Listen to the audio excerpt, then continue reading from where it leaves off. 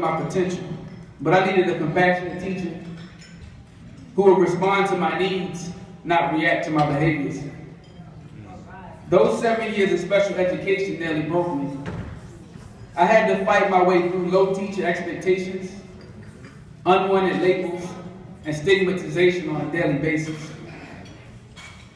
When I refused to let them take me, when they refused to let me take a foreign language class, I bucked the system and took it anyway.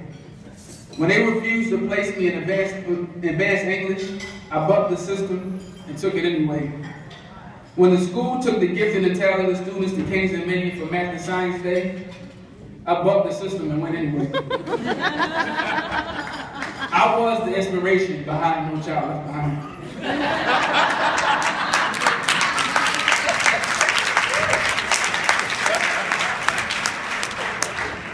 See, my resilience had made me unbreakable. My struggles had become my strength. I was bent, but never broken. Shaken, but never stirred. I succeeded not in spite of my learning disability, but because of it. Adversity and struggle molded me into the man I am today. I became the tree that grows in dry lands, extending its roots 30 feet deep into the earth in search of water. A tree that can withstand hurricane force winds, winds that would uproot most trees from the ground. I was a tree that was firmly rooted in resilience, self-efficacy, and self-determination. When I graduated high school in 2001, I walked off the stage with the biggest chip on my shoulder. I had to show them that I wasn't learning disabled. When I enrolled in college, I didn't tell them that I had an IEP. I wanted to do it on my own, and I did. After 1 year of community college, I went to J. Sergeant Ronnie. Shout out to J. Sergeant Ronnie. I applied to Old Dominion University right here in Norfolk. I wanted to attend ODU because I'd be challenged academically, and I wanted to stay in the co-ed dorms.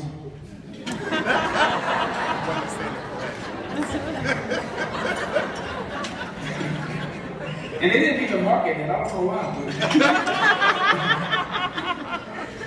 So at ODU, I found my voice through spoken word. I was in an organization called Minds About Progress, and we used to put on an open mic called Etymology twice a month in BAL 102. And we used to have a crowd, sometimes this big, and I host it, and I'd be on stage, and I have to write poems because sometimes people didn't show up till 2 hours later. So I had to fill the time with my poetry. So it really gave me the opportunity to write my story, to tell my story, and feel comfortable telling my story.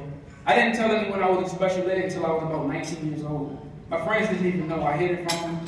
I didn't talk to anyone about it. I didn't even talk to my parents about it. So it really gave me that chance to really have my voice and to share my story. And I used the platform of public speaking and writing, created a program called Creative Medicine Healing Through Words. And I did it at a prison. Because prisoners, many of them were in foster care, many of them have been abused, many of them experienced so much trauma, and many of them had a voice that wasn't heard, a voice that wasn't listened to. So I wanted to create a safe place where they can share their voice, a safe place where they can talk about some of their trauma, talk about some of their vulnerability, in a room of people who experienced it and could give them some feedback. And the groups became so good at Northern Neck Regional Jail, I just felt like I was just sitting there. And I was just sitting in a maze, just to see the level of writing. Guys who didn't graduate from high school, guys who dropped out of high school in 8th grade, guys who the system had all but given up on. So it was a wonderful opportunity for me. But when I talk about resilience, I wouldn't have made it through this storm if it wasn't for my parents. Two of the hardest working people that I know. Matter of fact, my parents are in their 60s, and both of them still working full-time to this day.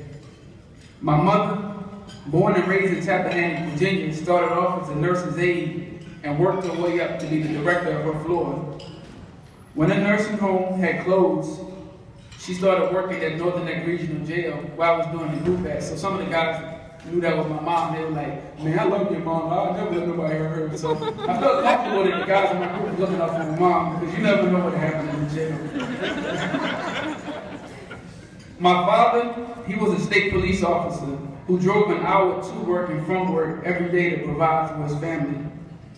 My father was also a Baptist minister, a pillar in the community, and he presided over a church in Warsaw, Virginia for over 20 years. My aunt used to say that my father had a gun in one hand and a Bible in the other. And I must admit, being a preacher kid came with a lot of expectations. And the expectation that you would be in church at least twice a week.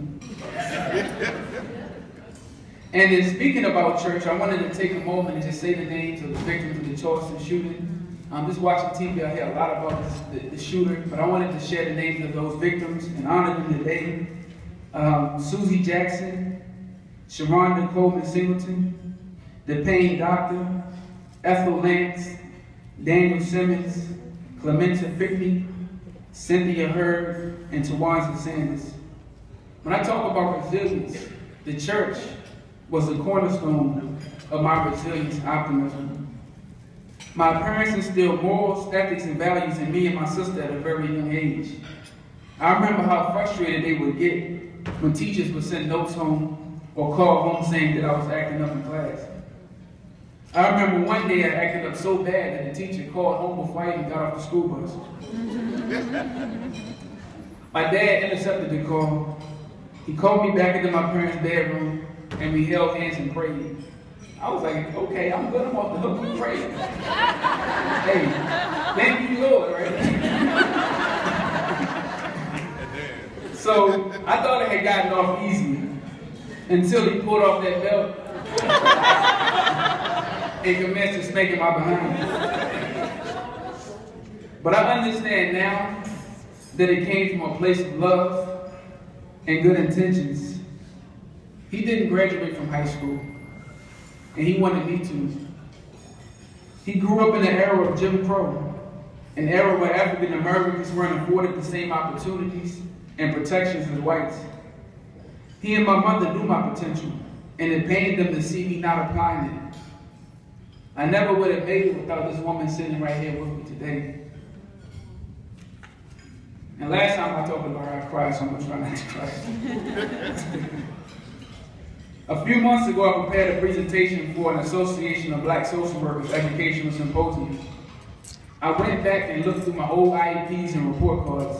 It's crazy because I was doing research on myself. I had a paper at ODU, and I knew I was in special ed. I just didn't know the depth of it. Because when I was in school, when you're experiencing it, you really just get caught up in it. You don't really think about it. But I went back, and they had like the stack of papers this big from the school board.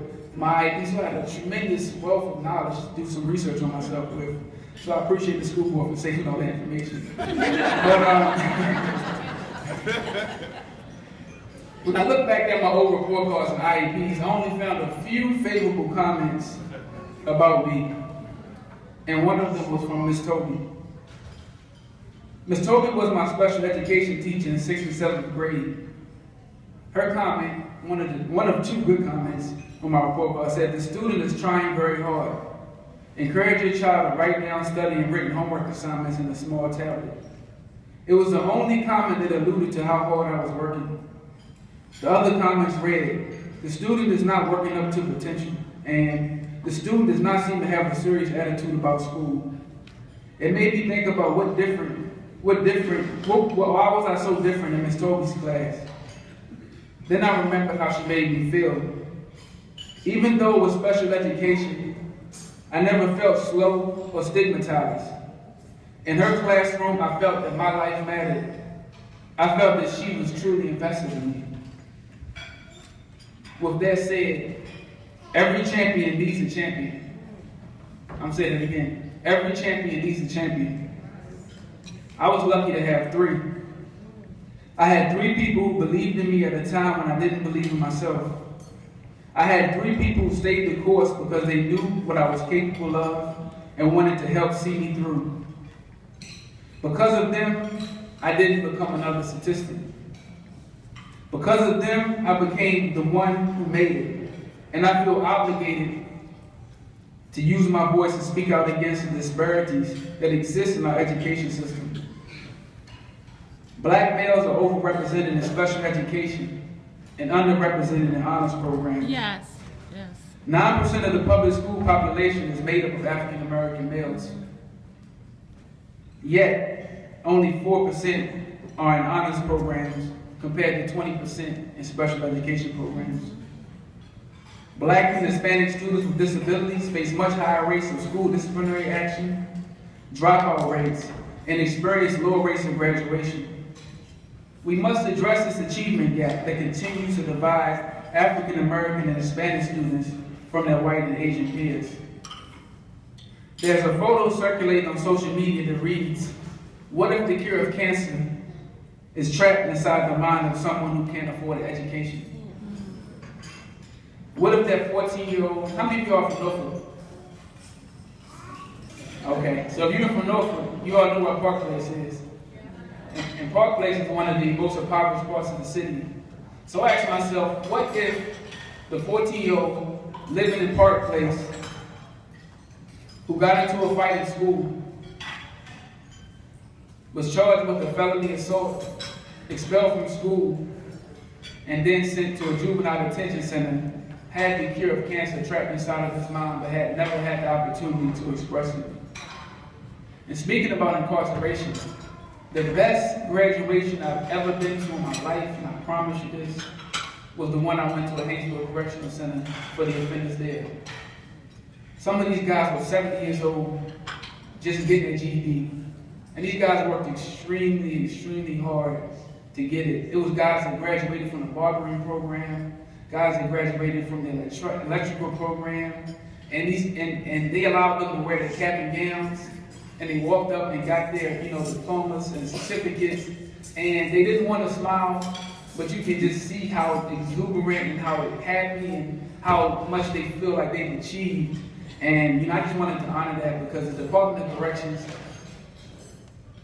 I wasn't the biggest fan of prisons, and I'm not the biggest fan of prisons, but the Virginia Department of Corrections is doing some amazing work under the direction of Director Clark. He didn't pay me to say this. I'm saying this because I truly mean it, and I've truly seen what was going on with the reentry program and what some of the skills these guys were getting. They brought some barbers back to the prison who are making more money than me right now, who had their resilience to start their own businesses, who took the skills and used their time in prison to get a trade, and now they're out there employing other offenders, and we need to support those men and women also. But the education and welfare of our black and brown boys is not a black and white issue. It's a human issue.